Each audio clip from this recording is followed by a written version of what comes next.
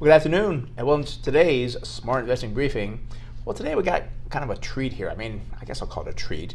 But New York is finally getting smart. I wish California would follow suit, but they're waking up to saying, hey, you know what? We think we want rich people in the state because we need you.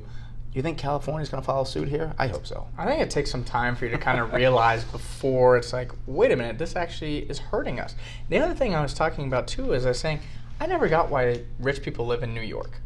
Here at least you have great weather. Right. You have year-round. You have that weather tax. In New York, you got freezing cold weather. New It's York crowded. City, I guess. I don't know. Yeah. It's beyond me. But anyways. And when we're done with this, let's send it to the governor of California. Maybe he'll wake up here. Maybe. But we'll talk about now the high earners are leaving New York for Florida. And this is amazing. Have 100% chance of an audit. Yeah, and it's a residency audit, not the IRS coming knocking on our door, but State of New York, not it's IRS. still not much better because you still have to go through all this paperwork and all the hassle of dealing with an audit. Some of them can drag on for up to 5 years. Yeah, just amazing. Top 1% of earners pay about 46% the state income tax. And I'm sure this is very close to California, the same thing. And this is why New York has woken up to saying, hey, we need to keep these people and do something about it. If not, we're going to do this audit on them. Oh, yeah. And the big thing is that the governor of New York actually came out and said they had about a $2.3 billion shortfall in revenue in December and January. Said it was due to wealth flight. So that means wealthy people leaving the state of New York. They have a name for it now, wealth flight. Wealth flight. Wow. Exactly. And the big thing, too, that he pointed out is like, people don't understand. We could gain, smaller income people, but if we lose a couple millionaires or billionaires to the state of Florida, that has a huge impact on our state revenue. Sure. Oh, go ahead. I was going to say, not only because of these income tax, but think about what they're buying. Oh, yeah. I mean, that's a sales huge tax as impact. well. You're right. So what's the state looking for in these residence audits? I mean, it's amazing what they're kind of looking for. I'm going to let you go with it, but it's just amazing. I mean, you start with your basic stuff like W-2s, 1099s, things like that.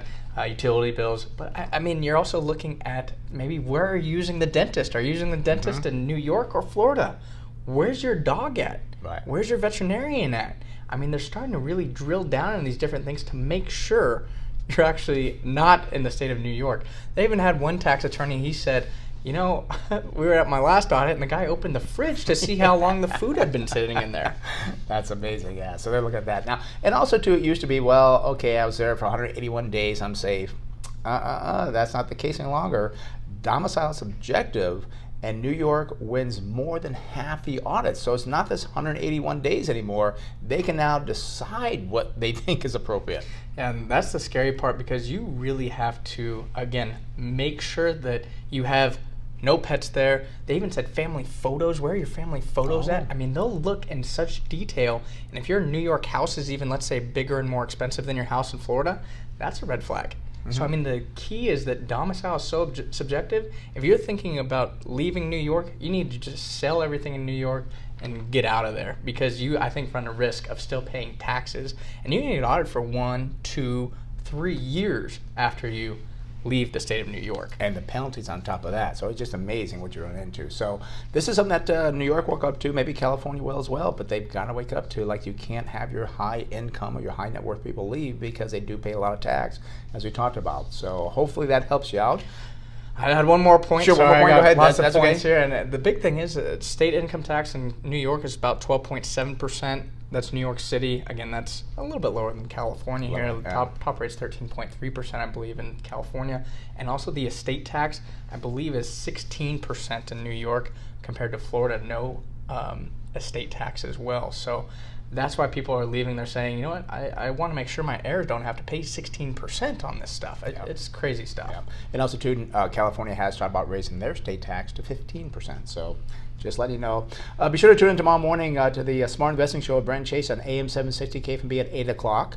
Also rebroadcast Sunday at 5. And you can listen on your smartphone as well. So have a great weekend. We'll talk more next week.